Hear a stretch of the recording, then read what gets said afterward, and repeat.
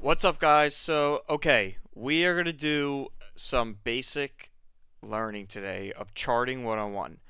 Um, Now, I'm not going to be able to cover everything in this video because it's honestly, it could go for hours and hours, and everybody has their own specific strategies and charting ways. There are so many different ways to chart that it is really just comes down to what works best for you. So I'm going to show you just some really basic things that I think could help with you learning what you're looking at. So I'm going to use MGoal for an example just because it's had so much volume recently. It's a good ticker to use uh, because it's not so stale.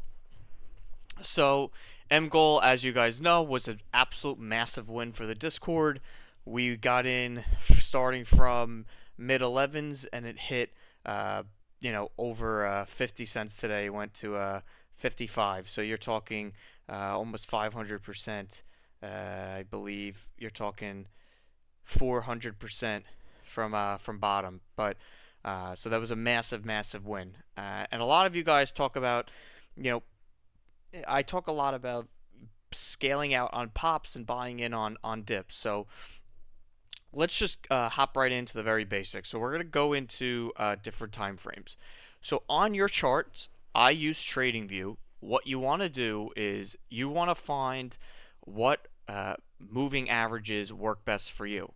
So me personally, if you have no idea what you're doing and you just want some basic easy things to add, these are the indicators that I have on my chart. I have the 9 EMA, the 20 SMA, the 50 SMA, VWAP, and the 200 SMA. These are the only indicators that I use. I have MACD here. Honestly, a lot of times I don't even look at it, but I do keep it on just because I kind of like the way it looks. You could swap this out, which I may, for like RSI. It's another one you could use. So let's hop right in. So we're gonna make this bigger. So when you're buying plays, right? You want to look at it and say, okay, every stock in any way always has what they call a support and a resistance, right? So can I reset my chart here? Remove 14 drawings. Boom. Okay. So you look at this and you go, okay, there are two things that are very important to every stock. There's support and there's resistance. These are the two most important things when it comes to any trading any stock. What is your support? What is your resistance, right? You have to think of this as essentially like a video game. So think about it like you're going in, you're hopping into a new game, and I want to know where am I safe and where may I have an issue, right?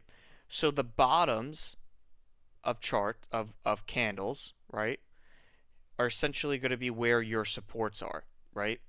So right here, if you zoom out, this is where the absolute bottom that MGoal ever hit. Every chart has a bottom, right?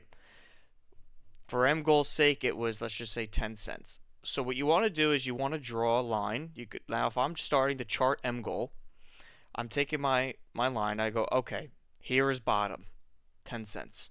Okay, so I know that worse comes to worse, this stock has never broken below 10 cents ever. So as close to 10 cents as owning, of course, is best case scenario, right? The next thing is, all right, well, if I can't get 10 cents, because if you never bought it right here in this scenario, you would have never gotten it, right? So if you're sitting here waiting for 10 cents, it may not happen, right? So what's your next level of support? You want to start drawing your lines where you have big chunks of bottoms of the candles coming. So if you look, you see right here, right? You have, let me go to my cursor. You have the tops of these candles here. You have a bottom here, all bottoms here. So this line right here, which was, let's just say 11.5, is a huge support because If it does break down, you see these big wicks, that means that buyers came in and they bought the stock back up so that it closed over this 11.5 mark. So these wicks are good to see because that means that in these areas, they call them demand zones, there's a lot of buyers here. Because every time it came down below this price, bought up. Came down below this price, bought up, bought up. It's very easy to see that it's very hard to get under this 11.5, right?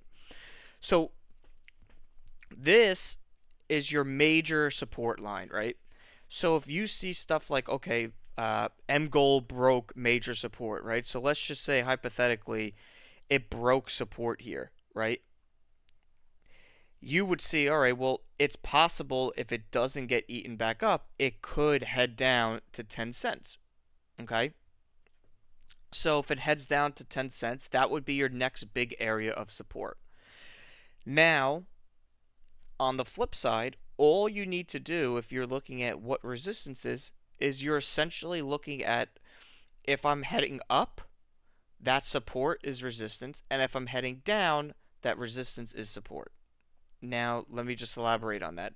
So, right here, you have 10 as your support, right? It's never broken below. Now, while you're below 10, this line here of 11.5 is a resistance, right? Because what once was a support level has now broken, and now you have to break into that support level again, and hold for resistance.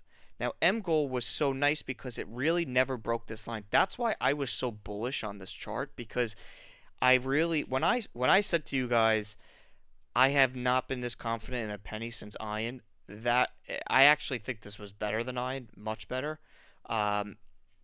Because you can just tell from the way that it was buying, it was very hard. It was very hard to get dips on this.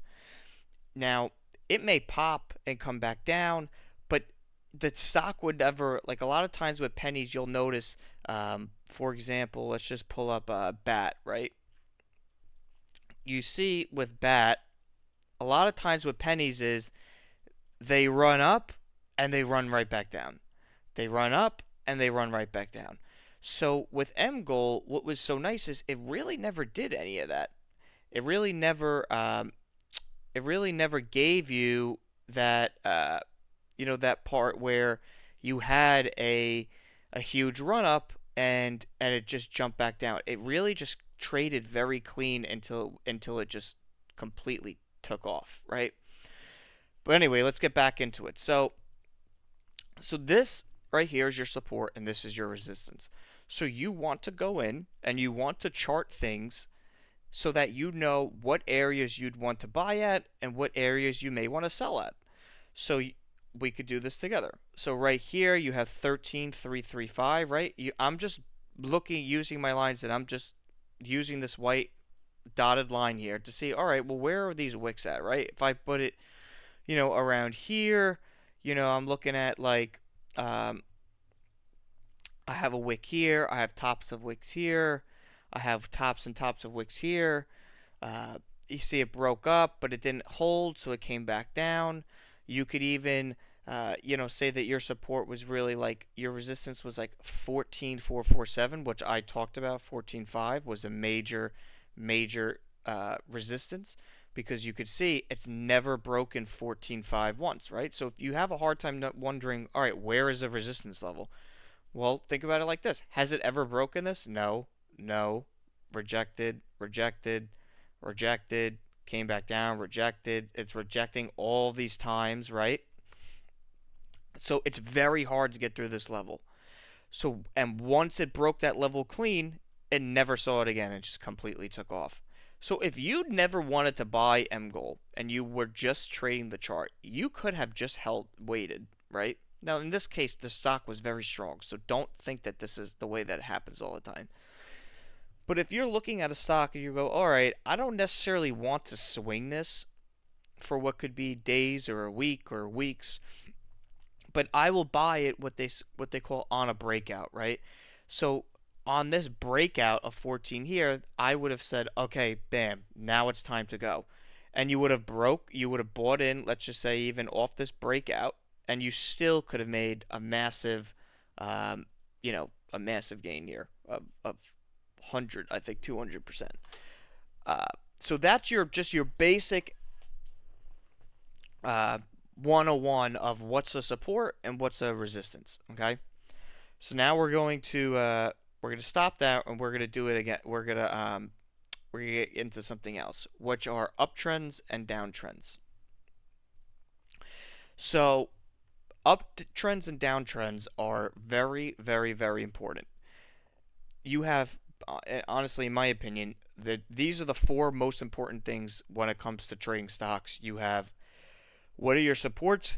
What's your resistance levels? What is your are you in an uptrend or are you in a downtrend? Okay. A lot of new traders make the mistakes of buying dips when you're in a downtrend, right? It's not just because a price goes down, the price goes down in the stock doesn't necessarily mean that it's a good buy. Okay. So here we're going to use, I'm going to use MGOL as an example, but we're actually going to switch to something else just because it'll give you a little bit more of a fluctuation. So uptrends is very easy to see. So you're going to look, you're going to grab your trend line here, and you're going to go, all right, well, let's see. Where do I have, where is this stock bouncing off of, right? So we're going to take the bottom of where the bottom is here.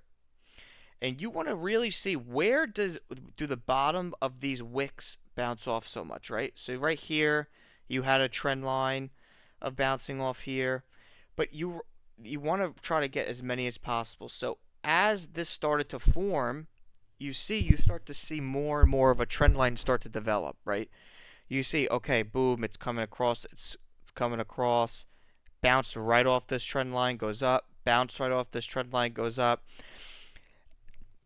This chart is in an uptrend because it never broke this line. Now, if MGOL broke this line right here, this would now be in a downtrend, right?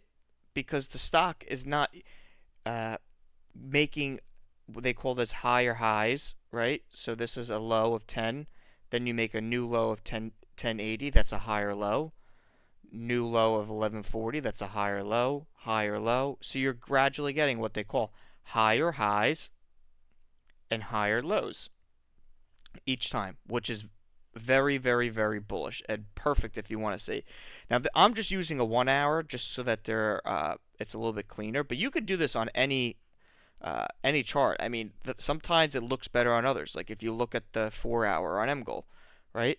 You could see very clearly that it was in an uptrend, right? It was going up. And the easiest way to see that is I take a measuring thing, even though I can see just by looking at a chart now without even putting trend lines.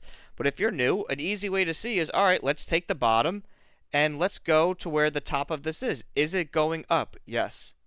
Right? It's going up. It's making a positive gain on the way up. Now, if it broke this trend line here, and came down, it's making a lower percentage here. So let's just go take a different look. I'm going to use BAT because BAT had a lot of volume today. So let's look at BAT, and let's look at the 1 hour. Okay. So BAT, what you have is a stock that was actually, let's do maybe a 15-minute, just so there's more candles. So right here, we're going to draw a trend line. So if I'm charting BAT, what I'm going to see is I'm going to go, all right, stock's kind of just going down, right? This is a downtrend, okay? You see it's clearly going in a downtrend, right? Now, your trend lines don't have to go up. They also go down. So I'm going to take the top of this wick here, and I see, all right, well, BAT can't break these prices here. So is BAT a good buy right here? Not necessarily, because it's not making new highs. It's actually going lower, right? It's going lower, so it's in a downtrend. So why am I going to buy this chart here when it's in a downtrend, when this may actually just continue down another 24%? So if you use this as an example, right? If you bought BAT right here, which is fine, it's bouncing off of a moving average, right? You would have bought the stock while it was down 15% from these highs here, okay? But a better way of doing it, especially if you're new or you're trying to understand this, is waiting for it to break this downtrend, okay? Because you would have bought it here, and even from here to down, it still would have dropped another 12%, okay?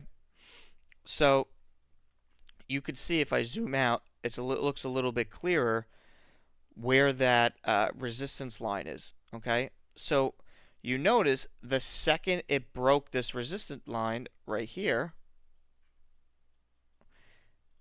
the second it broke its resistance line right here, it started to go into now an uptrend, okay? So now we're going to take a bottom here. I'm sorry. We're going to take the bottom here of where it just broke out, and we're going to start charting, okay? So I'm going, all right, well, BAT is going up. It bounced off here. It went all the way up. Now it came to here, okay? So if you waited for this downtrend to break, right? You have a downtrend break. I've made a video on this before, but this is one of the biggest parts of charting, so you want to know. You break downtrend here, and now you head into your uptrend. And you would have made, let's just say,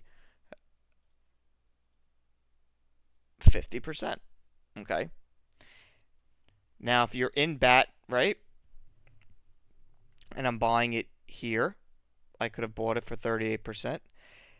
Then if you bought it here, is BAT a good buy right here? No, not necessarily, because why would it be a good buy? It just broke this trend line, and look, has it gone up since? No. So it's only gone down. It's only made red. Now, you had a big volume spike here, but did it break this downtrend yet? Not really. I mean, it's starting to. It's starting to break this downtrend, right? Right here, but is it going to hold? We have to see, because it's hitting VWAP, right? So you want to see those two things.